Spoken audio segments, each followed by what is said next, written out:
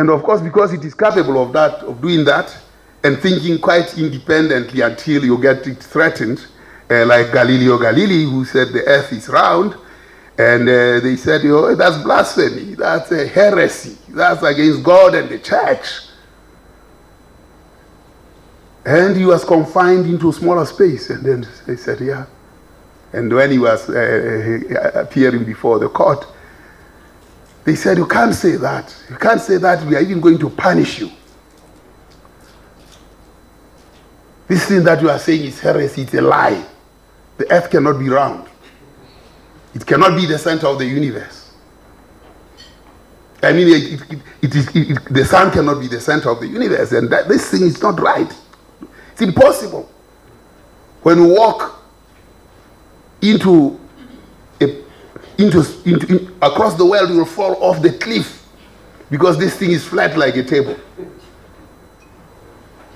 And after all that, the high priest has spoken, everybody has spoken, and he's been judged and punished. He concluded that, yet it moves. Not only is it round, but it moves. Then he said, yet it moves. Right? So this is our responsibility as scientists. That the politicians can say whatever they want to say, but we have to have the last word on science. That doesn't take away their political responsibility and political decisions. And across these things that politicians have signed on, which is 17 goals, is central to it is our ability to practice science and execute this. And central to it is education, nothing else. Without it, it becomes very, very difficult. And of course, the challenge is that now there are 17 goals, 230 indicators that we have to put together. And from the MDG time, this is a much bigger task, much more exacting, and it brings in the environment. The MDGs didn't have the environment. Now they have brought this noisy partner, which is the environment, in the equation of labor and capital. And now, I mean, you know, it's a very difficult thing. I mean, you look at communist Russia or communist China or capitalist America, they all exploited the environment. It was silent, it couldn't talk for itself. And now it's rebelling very badly to us. I mean, the environment, you know, it has such power. Finally, we recognize that there's something called climate change and global warming. And it doesn't matter how much money you have. When it happens, it's going to eat you up. You can postpone the pain, but you can't eliminate it. And the environment is here, and we need environmentrics and environmental scientists in the equation, so that in the end, after Mr. Trump says, I know I'm getting out of the French agreement on climate change, we should be able to say, yet it moves. No matter what political decision he takes, you must be able to say, yet it moves. So, what are the other things that we have done that are big, which were not in my rendition of what are my recent achievements? Well, it was too long, I'm sure, and I don't know who compiled it, but one of those that we have not mentioned, and I should mention, is this the first international well summit on UN Well Data Forum. I didn't forget this thing. You see, we hosted the UN Well Data Forum in Cape Town for a number of reasons, and it was long coming. I mean, we hosted the first 2002 Sustainable Development, the WSSD World Summit on Sustainable Development. That was South Africa hosted the first time.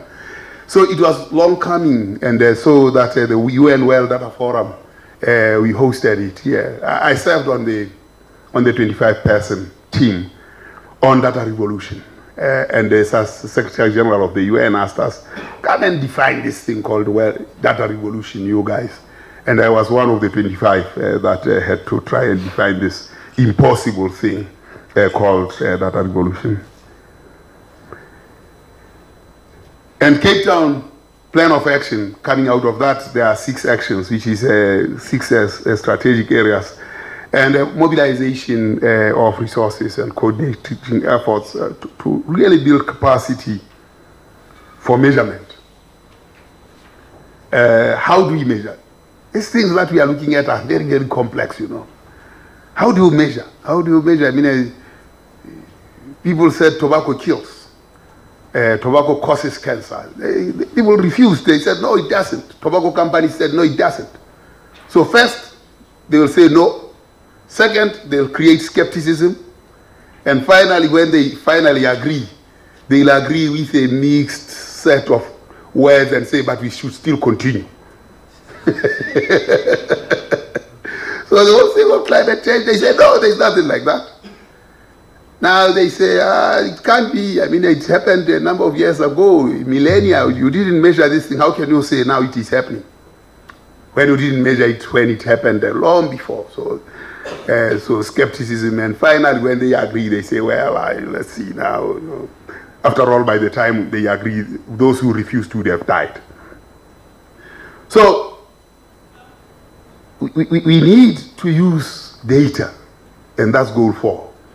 How do we use it sustainably? And statistics, particularly official statistics, every country has this official statistics offices that sit in a dark corner somewhere. No, my office is very beautiful. It's the best office, the best colorful office in the country, if not in the world. I tell you, Statistics South Africa office, go and see it. From the architectural design, what it stands for and everything. And then just the feel and look. Absolutely top of class, top of, there's none that looks like it in the world. Go and look at it. They can show you the pictures here, they'll show you. It's out of this world. Now, we are out of that dark office, dark corner, statisticians sitting there trying to crunch numbers in the paper that is smelly. So we need to make sure that the data is disseminated and made visible. We need to build partnerships so that we don't monopolize the data and think we know it all. We have to ensure that with the world of explosion of data, we got to have a way of managing in that space so that we can build a time series. You know, the dangers are this. Very, very serious dangers. I mean, the OECD wanted me to write a piece on civil registration and vital statistics. What are the threats? And I said, well, you know, I have all this power as a statistician general, and my counterpart in Botswana has all this power as a director of Home Affairs. But we can't solve a problem of a 32-year-old who happened to be born in Mahikeng at Victoria Hospital, whose parents are in Botswana. And by virtue of having Botswana parentage, must be a citizen of Botswana, but they were looking just for a small document of where this person was born. Now, Victoria Hospital, Mahikeng, was there, I know it.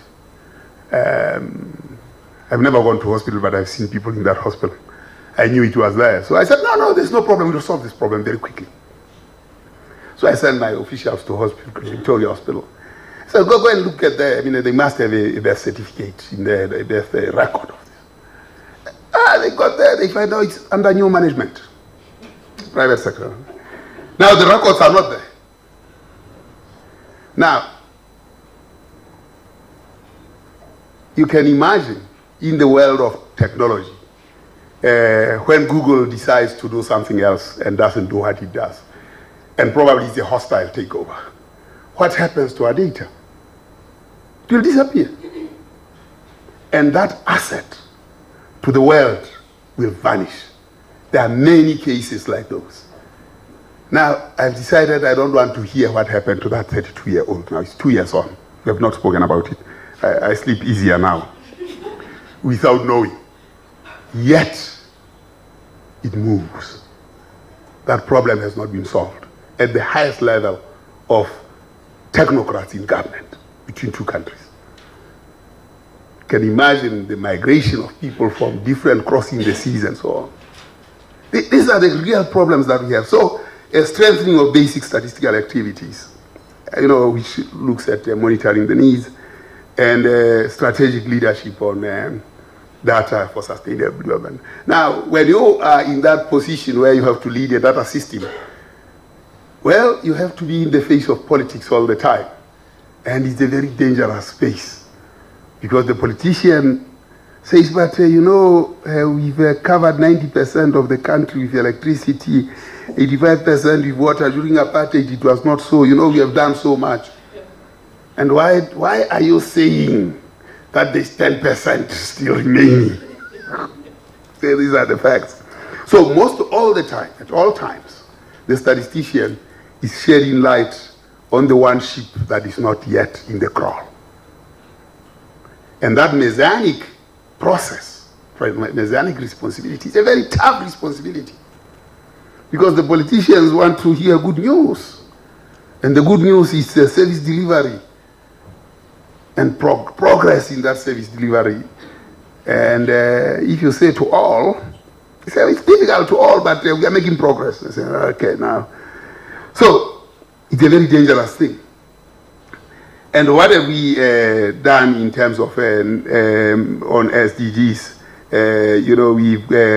We re-established this, the 48th session expert group on national quality assurance framework, so that the data has high quality. I mean, the data gets challenged all the time. I wrote this morning in the Star, thinking about what happened exactly 10 years ago when I released a report on a community survey which showed that South Africa was making progress. And the President Mbeki then was writing in his newsletter, the ANC Today, he wrote about this report and encouraged people to read it. That was September, exactly around this time. It was just before the Boks went to France and they won. At that time, the unemployment levels were 21%, the lowest they have ever been. So the country was showing prospects for growth and everything, and the report was affirming what South Africans say, that they are better off than they were in 2001, indeed even better than they were in 1996. That's what the data was saying. So fast forward 4 months later, January, the newspapers don't have a lot of, January there are no scandals, there's nothing in the media, there's nothing in the So I don't know what Karen Mon was doing. She went and scratched something, saw this report that was long released. And they saw the signs of saying, these are the things that you must be able to understand in these numbers. For smaller areas, you cannot generalize because the sample was too small. So you must use the data with care. For this, that is that. For that, you shouldn't, we don't put reliance on. And that was what I said as a statistician general. I said that at the time when I released the results. Karen Mon went and said, Statistics of Africa has revised the document, and then and then he had made a meal out of this report in order that he should go and win the election in Polokwane. Now the Communist Party and COSATU and every other commentator, remember what 2008 was, the road to Polokwane, not very different from the road now today. Fortunately, I don't think there will be a story in January. So Karen Mon writes this mendacious vial, puts it in the public domain. So, this is the environment that we are in, where the press and everybody writes about these things. And said, Karen Mon, and then we went to the Ombuds, and the Ombuds dilly-dallied on this. After 8 months, they said, the Star, you must publish a retraction on something that you wrote 8 months ago. That was it.